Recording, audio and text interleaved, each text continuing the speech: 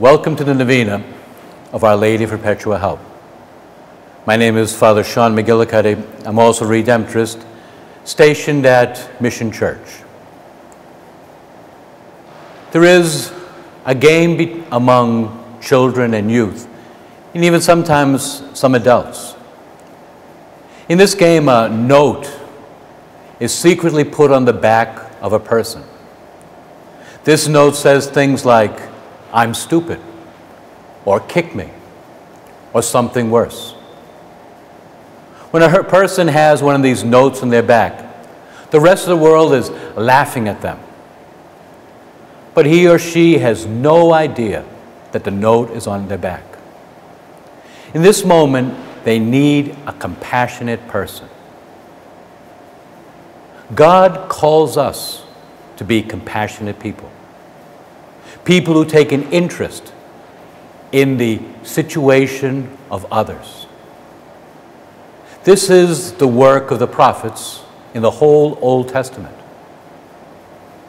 God says to Ezekiel, "I've placed you as a watchman for the house of Israel." Ezekiel's work was to advise the people when they had disobeyed the Lord. In these moments, his message was, you need to change yourselves because your sins will be your ruin. In the gospel, Jesus calls us to do the same. Every now and then, we need to correct a person for their sins. Jesus tells us, if your brother commits a sin, go to speak with him alone. If he listens to you, you have won your brother. And if he does not listen, Jesus tells us that we are to continue trying to help him. Jesus here is reminding us that we are a community united in him. Therefore, we need to have an interest in the good of our brothers. We can't ignore the actions or the attitudes of people who cause difficulties with their attitudes or with their actions. This is difficult, very difficult. It is difficult to say to our brothers and sisters things like, "You are drinking too much alcohol," or "Your attitude is causing difficulties in this group," or "You need to pay more attention to your family." It's very difficult to say these things. It is difficult, but it is our calling. We are watch people. We are brothers and sisters of the other members of our community.